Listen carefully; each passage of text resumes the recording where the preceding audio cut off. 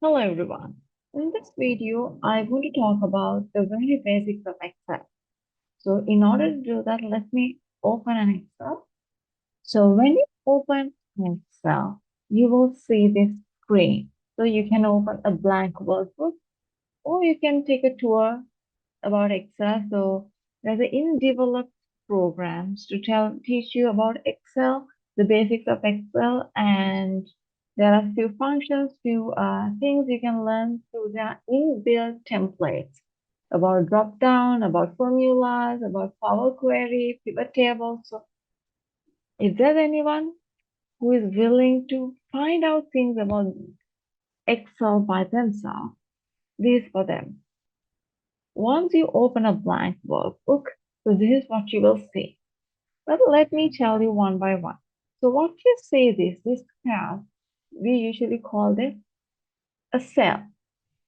So this is a cell. So you can select a whole column by clicking that column name. So columns are named from in an alphabetical order, A to Z, or you can go even beyond that. And rows are numbered. So if you go to a bottom, this is the very end, the very last row. And this will be the very last column. So this is called, as I said earlier, this is called a cell. This is a row, this is a column. And if you want to select a column, you can, when you bring your cursor on top of the name box or name of that particular column, you will see an arrow key. So when you click there, when you left click, you will be able to select the whole column. It's the same with the row. When you bring your cursor on top of the row name, row number rather, you will see an arrow key. When you left click, you'll be able to select the whole row. So from beginning to the end, the complete row or column will be selected through this. And we'll say have a very long sentence or very long, maybe a name or maybe some information which is very long to that particular cell. So this is the size of that particular column, but your data goes beyond the boundary of that cell. So you can increase the length of that particular column so that you can see all the data in that particular cell within the cell itself. Here you can see, of course, because you don't have any data in the next cell. So how do we call this? How do we give cell reference? So this cell is called A1 cell, column number A and row number 1, A1 cell. It is also given here in the name box. So if you type anything in B1 cell, you will not be able to see what is there in A1 cell beyond the boundary of the A1 cell. Let me show it to you. See, now you can see only up to the boundary of that A1 cell.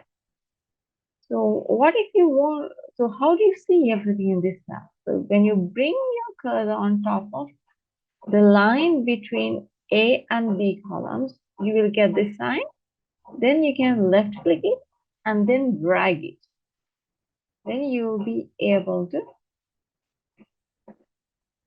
increase the size of the cell.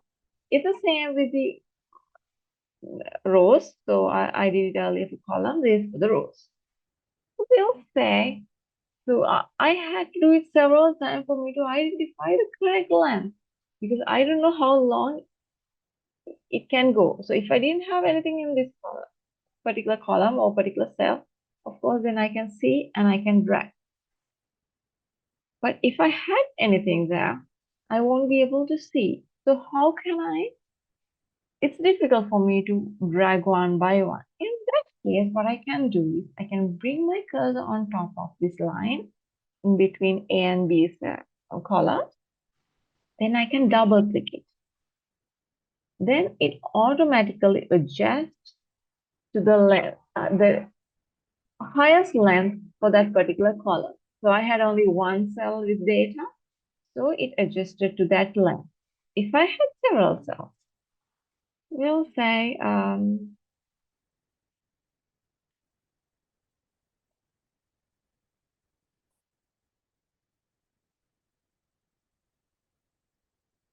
say I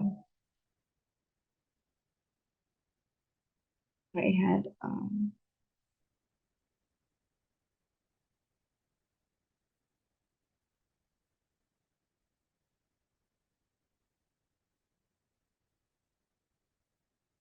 several details. So when I have several data, when I double click here, it will adjust to the very longest cell length. So my name was shorter in cell A2, the data was short, but still it will adjust to a same length because it's a row or rather a column length.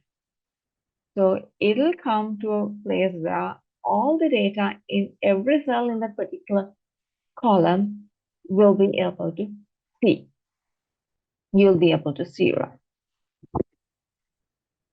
That is about adjusting the length of a column. You can do the thing, you can do exactly the same for the rows when you want to adjust the length of a row, but it'll be more, you'll be using it more for columns rather than rows because uh, for rows, you have you won't need much length, but it can have you can do something like this as well. So you have this data, but now you can't see it.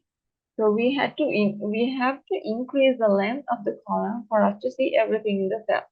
We'll think that we cannot, that it's not possible for us to increase the length of the column. We need to keep this column at this length. Then Excel has this option called wrap text. When you click wrap text, what will happen is it'll increase the length of the row rather than the column. So it'll go down. So everything in that particular cell will show one after the other within the given column length. Without increasing the length of the column, it will increase the size of the row. But you have to know then, when you do that, the entire column size will change. You cannot do it for one cell because we adjust the normal size, so it is valid for all the cells in that particular row. So it's up to you to decide whether you want to increase the column length or you want to wrap text and make it one after the other, so you may increase the row length or row size. Or else we'll say you want to add a new, so you already understood that, okay, you added data, now you have a lot of data after this, but you wanted a new row, new line, maybe we'll say you need to add a heading to this information. So what you do is you right click, you want to add a new row, so you select the row where you want to add a new row above. You right click on it, then you will get a drop down list. On that, you click insert. So a new row will be added before that. You can do the same for the columns. If you want to add a new column after column A, will say. So you go on top of the column where you see the column name. You right click on it and then you type insert. Then it'll come before A. So you have to know where you want it. If you want in between A and B, you have to click B column and click insert. Then we'll say you need to add a column heading. So this column heading is relevant to both the columns A and B. So it should be common for both. So for situations like this, you can do something called merge. You're merging the two cells, cells A1 and cells B1 you're going to merge. So you select both the cells and you have an option called merge and center. If you just click merge and center, it will automatically will merge, and it will come to the center of both the columns. As we have selected only 2 columns, it will come in the center of both the columns. If you selected more than 2 columns, we'll say 5 columns, it will come in the center of all 5 columns. So depending on how many columns you select, it will come in the center. It's the same for rows. You can do the same for the rows. So we'll say row 4 and 5, I'm going to merge. So when I click merge and center, it'll come like this. So center means the data will be in the center of the cell. So if you want to change it, you can manually change it here. Or else, when you're merging it, you have a different option.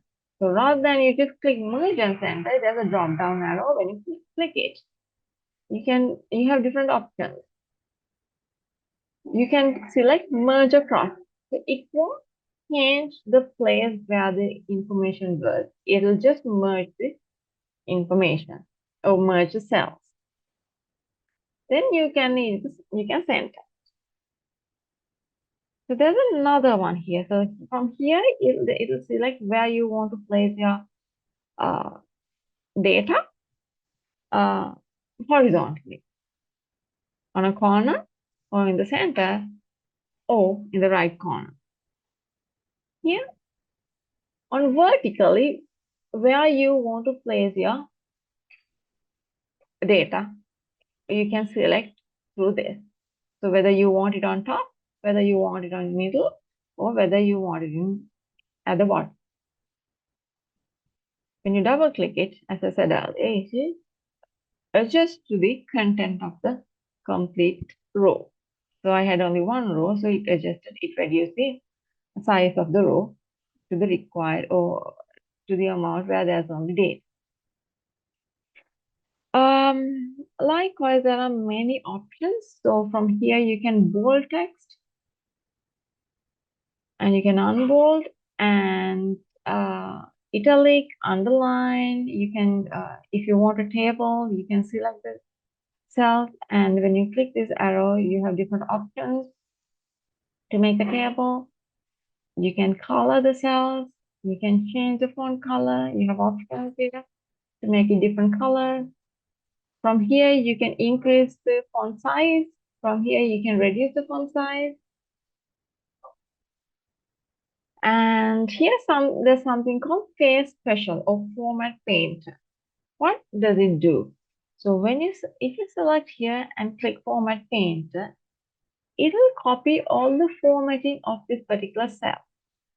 Then when you click this cell, it will paste or it will copy whatever the formatting which was there in the copied cell to the cell we selected next. So earlier it was red, the font was red, and the text was wrapped. But now, as I take the formatting of A3 cell, text color and text wrapping change because A3 cell does not have that format. So that's a smart tool we can use most of the time if you need formatting. So you don't have to manually change the formatting. If you have one cell with the correct formatting, you can go to Face Special or Format Painter and then select. Then for this merge cell, if you want to unmerge it, remove this merge, you can click here, so it will be unmerged. And these are number formatting. You can find it out by yourself or on a different day, on a different video, and I can cover it here. And conditional formatting, these ones I will cover on a different day. Yes, I think this is enough as the basic of Excel. We'll meet on another day with another video. Thank you for watching.